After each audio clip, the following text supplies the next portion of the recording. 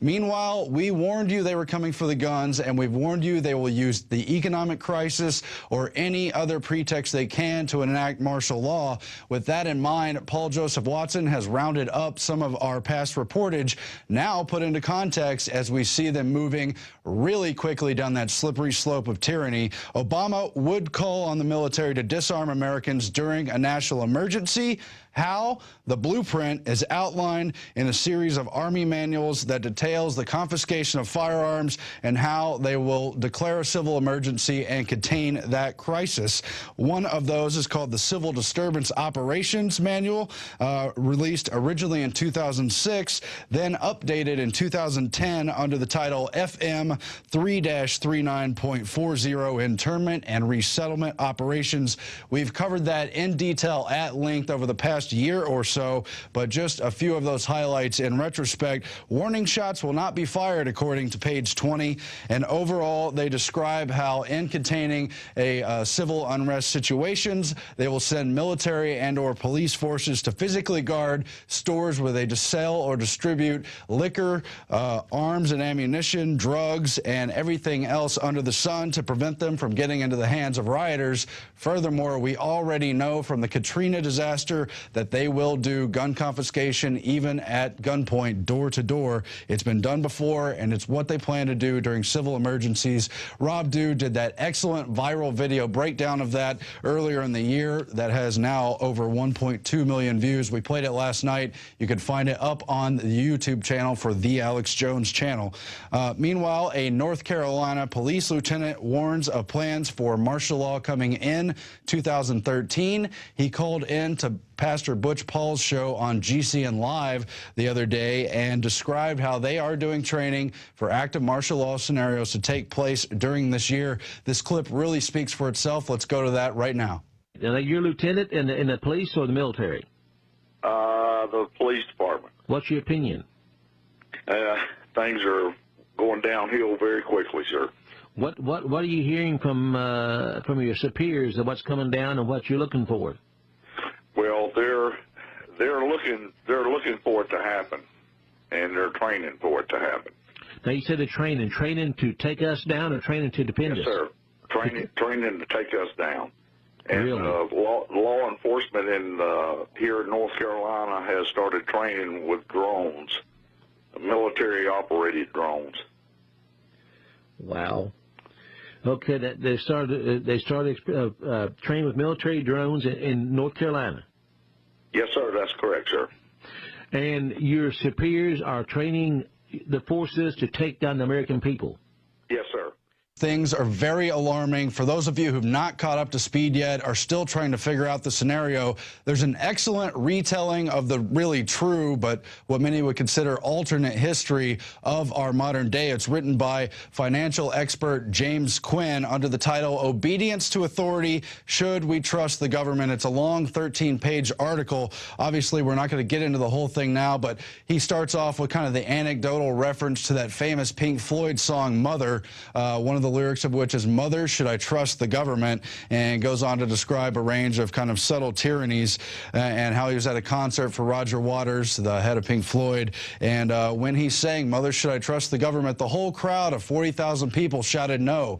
In other words, people are starting to wake up, but why is the system itself still perpetuating and accelerating its tyranny? Well, we just have to look at all the tactics they've used, the psychological techniques between Aldous Huxley, between Edward Bernays, between George Orwell, and plenty of others, and we see our answer. He writes, "They have created a totalitarian state built upon egotism, material goods, and fulfilling our desires through Wall Street, peddled debt, and mass consumerism. It's been an incredibly effective form of control that has convinced the masses to love their servitude." Now, that's a reference, of course, to the Brave New World quote written by Aldous Huxley, who predicted that in a future tyranny, really the final revolution, the system system would get the population to actually love its own enslavement because they'd be so doped up and so controlled and regimented that they wouldn't know any different. And he goes on to describe how it's this whole consumer society, the creation of Great Society, handouts and dependency things starting in the 60s,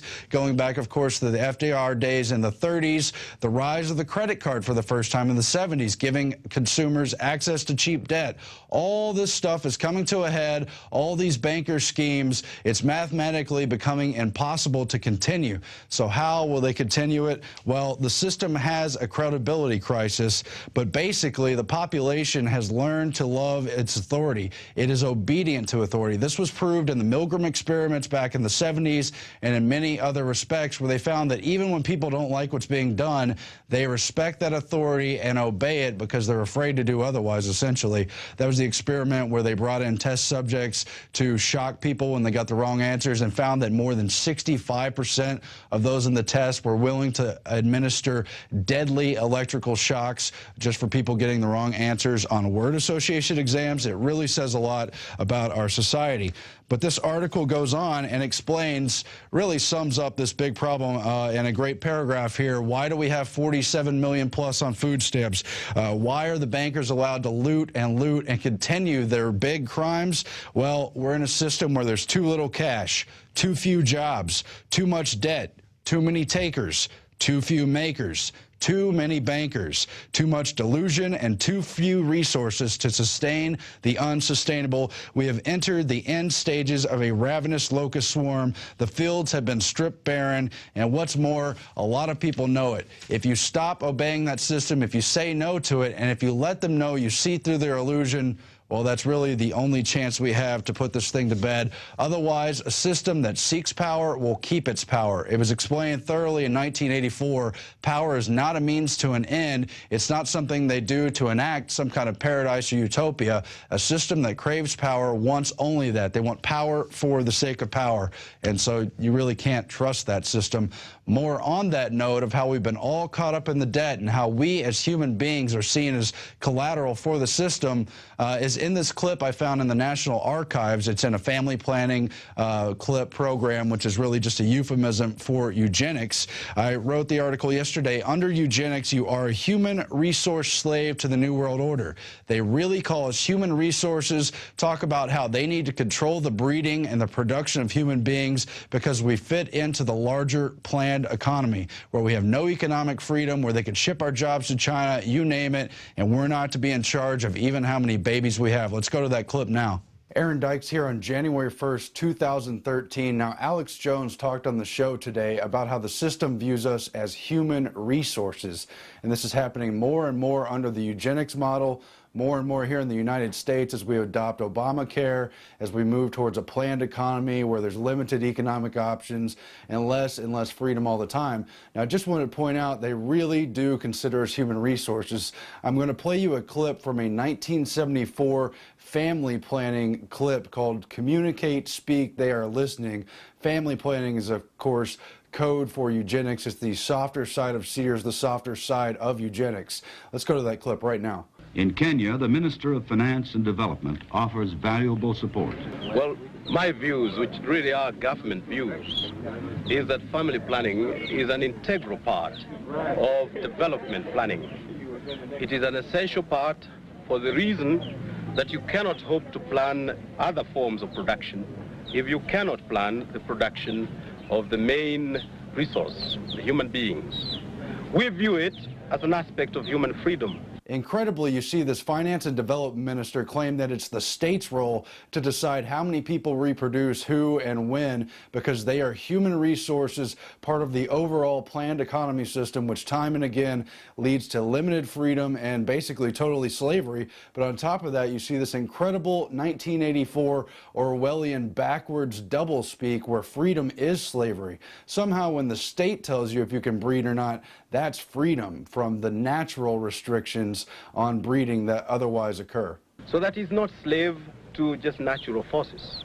And this is what I said in Swahili to these people, that we view family planning education as an extension of personal liberty. And you can find that film in the National Archives. Signing off for Infowars.com. And again, this world government system has explained to us, has lectured us, has told us how they're going to control the number of human beings, who's allowed to reproduce, and they've even bragged about how they're going to ration food supplies to keep the population in check. This goes back at least 100 years. Here's 3 key quotes. I've read them to you before on air, but I'll read them again because they're so important. In Ecoscience, that tyrannical manifesto written by John P. Holdren, the White House science czar, and by Paul Ehrlich, the population bomb guy, they wrote about the planetary regime they wanted to bring into being. The planetary regime might be given responsibility for determining the optimum population for the world and for each region and for arbitrating various countries' shares within their regional limits. Control of population size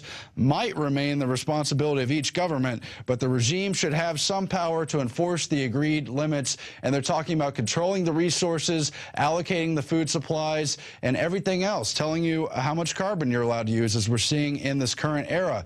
Henry Kissinger talked about the same thing. His famous quote, if you control the oil, you control the country. If you control food, you control the population. He said that in the early 1970s and then went on to formalize that policy under National Security Memorandum number 200, issued in 1974. That's the Food as a Weapon Doctrine. He wrote in part in that document, mandatory programs may be needed and we should be considering these possibilities now. It also said, would food be considered an instrument of national power? Is the U.S. prepared to accept food rationing to help people who can't or won't control their population growth? And again, he identified 13 key countries for immediate depopulation and bragged about how they're going to control the population and the populace in general through those ration food supplies. But it goes back even further to Lord Bertrand Russell, who wrote that seminal book, The Impact of Science on Society, in 1954. He said to deal with the problem of increasing population and decreasing food supplies, it will be necessary to find ways of preventing an increase in world population. If this is not done through wars, pestilence, and famine, it will demand a powerful international authority. This authority should deal out the world's food to the various nations in proportion to their population. If any nation subsequently increased its population, it should not on that account receive any food. Therefore, the motive for not increasing population would be very compelling. And he writes how a government that distributes and controls the food is absolute as long as it can count on the police and armed forces to enforce those policies. How damning and thorough is that? That's the martial law scenario they're moving towards. Complete control of the economy, of your food supplies, disarmament. They want to control everything. It's not a loving socialist government.